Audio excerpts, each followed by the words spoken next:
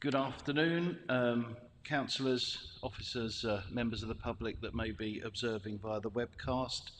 I'd like to welcome you back to the Town Hall in Maidstone for the Cobtree Manor Estate Charity Committee meeting, which, as I announced earlier today, was postponed. I'm pleased to confirm that we are now quorate, the extra member having returned from an important briefing with Kent Police. So we're now able to continue. Usual housekeeping, the webcast is live and will be recorded for playback on the Council's YouTube channel. I'm going to ask if anybody else is going to record, not to prevent you, but just so that we all are aware. Nobody's waving a camera phone around, so that's done. No planned fire drills, so if you hear the dreaded alarm, please consider it to be a real event and to follow the instructions accordingly. Straight to business, apologies for absence. We have received apologies from Councillor Perry. Other than that, we are complete. There are no substitute members and there are no urgent items, and we do have two other members in the chamber with us. We have Councillor Mrs. Russell, Councillor Garton. I believe you're just observing in the background, noted accordingly. No other visiting members. Item 5, may I check with both members and officers, are there any disclosures, please? No indications, none noted. Similar question at item 6, has anybody been lobbied? No indications, no lobbying noted. Item 7, the formality of considering if we need to take any of this in closed session. We have no yellow pages in front of us, so I move that all items are taken in public as proposed. Is that agreed, members? Yep, noddings of heads. Item 8, please. Minutes of the last meeting held 26th of July 2023, page 1 of your agenda pack. Trust that you've had a chance to peruse. Any observations concerning accuracy? Everybody's content. Therefore, I move that the minutes of the meeting are approved, and I will record that, sign the copy accordingly. Is that agreed, members? Thank you. No petitions today, nor are there any questions from local residents, and there are no questions from members. Which brings us to the first of two items of business. Item 12, Cobtree Estate update, to be found on page 4. Mr. Evans, Leisure Contracts Manager, may I ask you just to give us a quick run through of your report, please? Thank you, Chair. Yes, so the report reaches you today, and I'll run through the key points. And actually, we'll start with the golf course. And since publishing the agenda, we've received the sad news that the Chief Executive of Get Golfing, our new tenant, Ed Richardson, he died suddenly on Friday.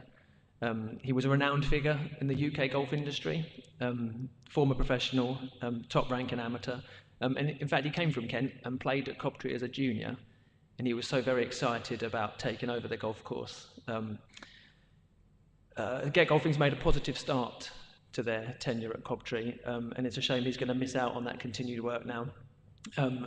We will, of course, work with the Board of Trustees and their other directors to ensure a seamless transition as they work their way through this period. Over at the park visits have decreased further and are now back to pre-pandemic levels, which was largely expected over the 3 years since the pandemic. The cafe operator settled in well there. Their internal refurb work has been completed in conjunction with our park ranger office work. They will be trading through the winter, and the second phase of their refurb will be in the spring. Again, that's another slight update to the report because I met them yesterday. The Elephant House, members will see that we're seeking tenants for the Elephant House to protect the asset and achieve a rent from that building. And we will bring a report in the future when we have workable options for you. Kent Life visitor numbers are ahead of 2022, which is good news. That includes a bad spell of weather in the summer, but the rest of the year outperformed 2022, including the Halloween period. So that's a net positive figure. And the Winter Wonderland starts at Kent Life this weekend. Again, that's a very popular event spread across the whole site, not just in the lower area like it used to be. So that's really good value for money for residents of the borough. As always, happy to take any questions from members on any parts of the operational updates. Thank you. Can I start by saying that we're really sorry to hear that sad news, and can we ask that you would convey to the family and friends our condolences on behalf of the committee? Sounds like a very confident business is as usual and everything's going without any unforeseen problems. That's really good to hear. Colleagues, are there any particular questions you want to put to Mr. Evans? I think your report speaks for itself. It's good progress on all fronts, business as usual. We're asked to note the report. Is the report noted, please? That is duly noted. Thank you very much. We're moving along now to item 13, which sits alongside the previous report, but Cobtree Manor Estate Financial Position Update. May I turn to Mr. Holland to give us an overview of this, please? Yes, thank you, Chair. So this is the regular update on the financial position of the estate, with the figures as at 31st of October. So as at that date, the estate was showing a surplus of just over £20,000 on the operational activities, which is £10,000 greater than the profile budget. No significant issues to report at this stage, but just a few points I'd like to bring to your attention. So golf course income is slightly down on the budget, but that budget was set prior to the new contract being awarded, so we'll adjust that when we bring the revised budgets to you in January.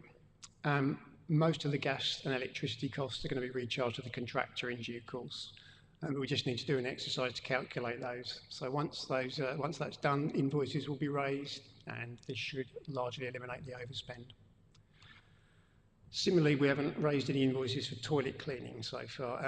Standards are under review, and when they are more acceptable, we're going to raise invoices, and again, this should largely eliminate the overspend. As reflected in the reduction in visitor numbers that referenced in the estate update report, car parking income is down, and again, we're going to review this one as that was set when visitor numbers were slightly higher during the pandemic, so we just may need to look to reduce that slightly. And finally, the income budget for the cafe also needs to be reviewed, as again, the contract has been relet since we agreed the original budgets earlier in the year.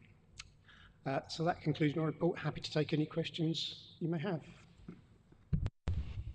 Thank you for that very succinct summary. Members, any particular questions? I think you've said we'll come back to it, but just slightly curious about the car park income being down. Any particular thinking about that? I think it's a reflection of the reduction in visitor numbers that Mike has mentioned in his report. Yes, just unfortunate, but yeah, it's still at a healthy level. So yeah. Okay. Well, I think we can satisfy ourselves that everything is reported correctly and that everything's on a stable and steady footing financially. Once again, we're asked to note this position, to note this report. Is it noted, members? Thank you. Duly noted. That actually concludes our business for this afternoon, and I can declare the meeting now closed. Thank you everyone for your attendance.